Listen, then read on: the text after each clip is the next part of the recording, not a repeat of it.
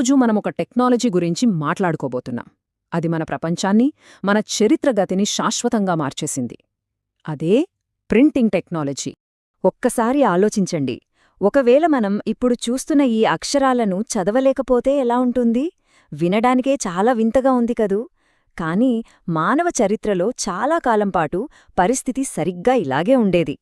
చదవడం, రాయడం అనేవి కేవలం కొద్దిమందికి మాత్రమే తెలిసిన ఓ అద్భుత విద్య అన్నమాట. సరే, మరి ప్రింటింగ్ ప్రెస్ రాకముందు ఈ పుస్తకాల ప్రపంచం అసలు ఎలా ఉండేది? ఒకసారి చూద్దాం పదండి. ప్రింటింగ్ రాకముందున్న కాలంలో ప్రతి పుస్తకం అదొక కళాఖండం. ఎందుకంటే దాన్ని చేత్తో తయారు చేసేవాళ్లు. అప్పట్లో జ్ఞానం అంతా ఇలాంటి చేతిరాత ప్రతుల్లోనే బంధించబడి ఉండేది. మరి అవి ఎవరికందుబాటులో ఉండేవి? కేవలం ధనవంతులకు, మతాధికారులకు మాత్రమే. ఒక్కసారి ఊహించండి, ఒకే ఒక్క పుస్తకాన్ని కాపీ చేయడానికి ఒక మనిషికి నెలలు, కొన్నిసార్లు సంవత్సరాలు కూడా పట్టేది. అందుకే అప్పట్లో పుస్తకాలు అంటే అవి కేవలం రాజభవనాల్లో, పెద్ద పెద్ద మఠాల్లో కనిపించే అత్యంత ఖరీదైన విలాస వస్తువులు. సామాన్యుడికవి అందేవి కావు. అయితే అందరూ అనుకున్నట్టు ఈ ప్రింటింగ్ విప్లవం యూరోప్లో మొదలవలేదు. కాదు, దానికి చాలా చాలా కాలం ముందే తూర్పు దేశాల్లో దీనికి సంబంధించిన పునాదులు పడ్డాయి. గూటెన్బర్గ్ గురించి మనం మాట్లాడుకునే శతాబ్దాల ముందే చైనాలో వుడ్ బ్లాక్ ప్రింటింగ్ అనే టెక్నాలజీ వాడుకలో ఉంది.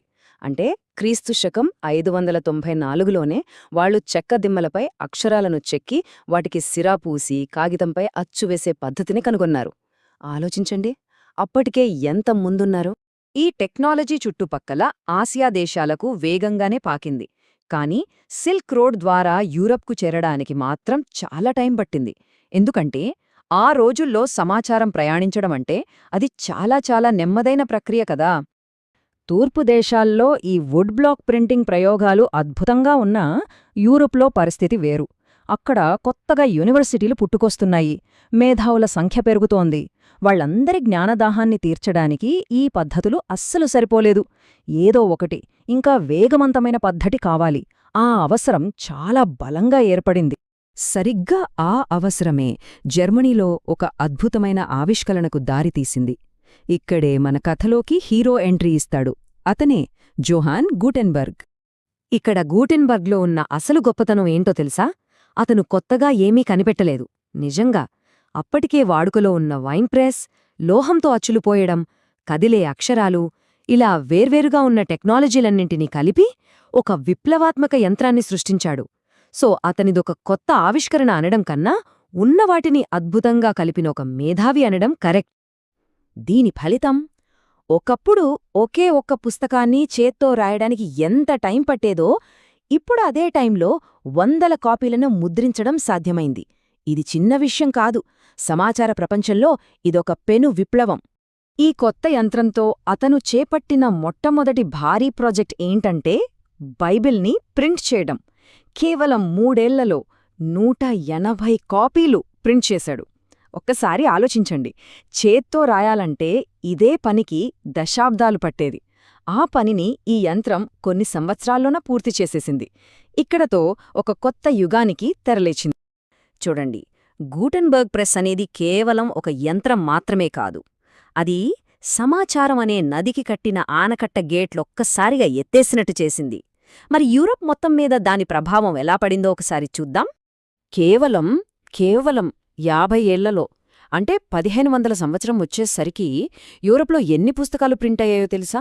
ఏకంగా 2 కోట్లు. అంతకుముందు కొన్ని వందల సంవత్సరాల్లో చేత్తో రాసిన పుస్తకాలన్నిటినీ కలిపినా కూడా ఈ సంఖ్యకు దగ్గర్లో కూడా రాదు. అద్భుతం కదా. కాని కథ ఎక్కడితో ఆగలేదు. ఆ తర్వాత 100 సంవత్సరాల్లో ఈ సంఖ్య ఏకంగా 10 రెట్లు పెరిగింది. అంటే 20 కోట్లు.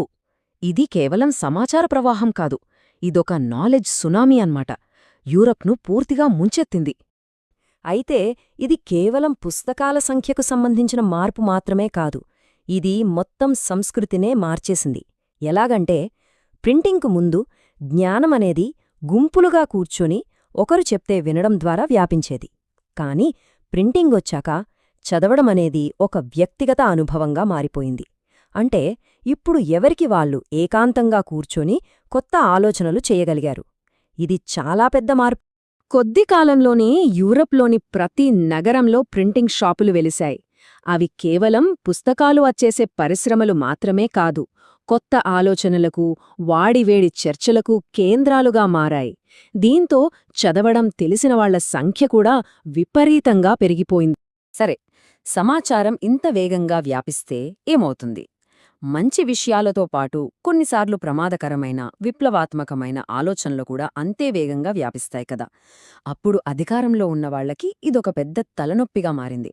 ఈ ప్రింటింగ్ ప్రెస్ ఒక రకంగా చెప్పాలంటే సామాన్యుడి చేతికి ఒక ఆయుధాన్నిచ్చింది. ఉదాహరణకు మార్టిన్ లూథర్ అనే ఒక సాధారణ మత గురువు తన అభిప్రాయాలను అచ్చువేసి యూరప్ అంతా పంచాడు. దానితో అప్పటి వరకు తిరుగులేనిదిగా భావించిన చర్చి అధికారాన్నే సవాలు చేయగలిగాడు.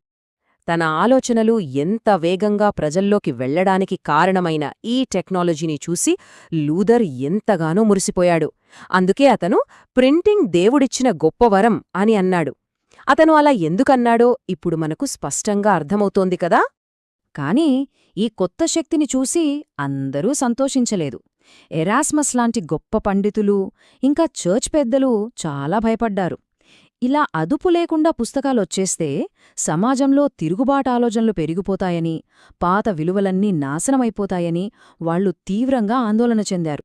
ఆ భయమే చివరికి కఠినమైన నియంత్రణకు, హింసకు దారితీసింది. తమ అధికారాన్ని ప్రశ్నించే పుస్తకాలను నిషేధించడం మొదలుపెట్టారు. వాటిని రాసినవాళ్లను, చదివినవాళ్లను కూడా కఠినంగా శిక్షించారు. సమాచారాన్ని ఎవరు అదుపు చెయ్యాలి అనే పోరాటం అప్పుడే మొదలైంది.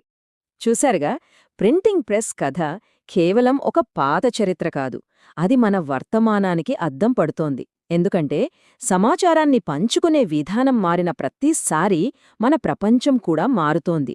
ఇది మనల్ని ఒక ముఖ్యమైన ప్రశ్న దగ్గర నిలబెడుతోంది. అప్పట్లో ప్రింట్ విప్లవం ప్రపంచాన్ని ఎలాగైతే మార్చిందో, మరి ఇప్పుడు మనం చూస్తున్న ఈ డిజిటల్ విప్లవం మన ప్రపంచాన్ని ఎలా మార్చబోతోంది?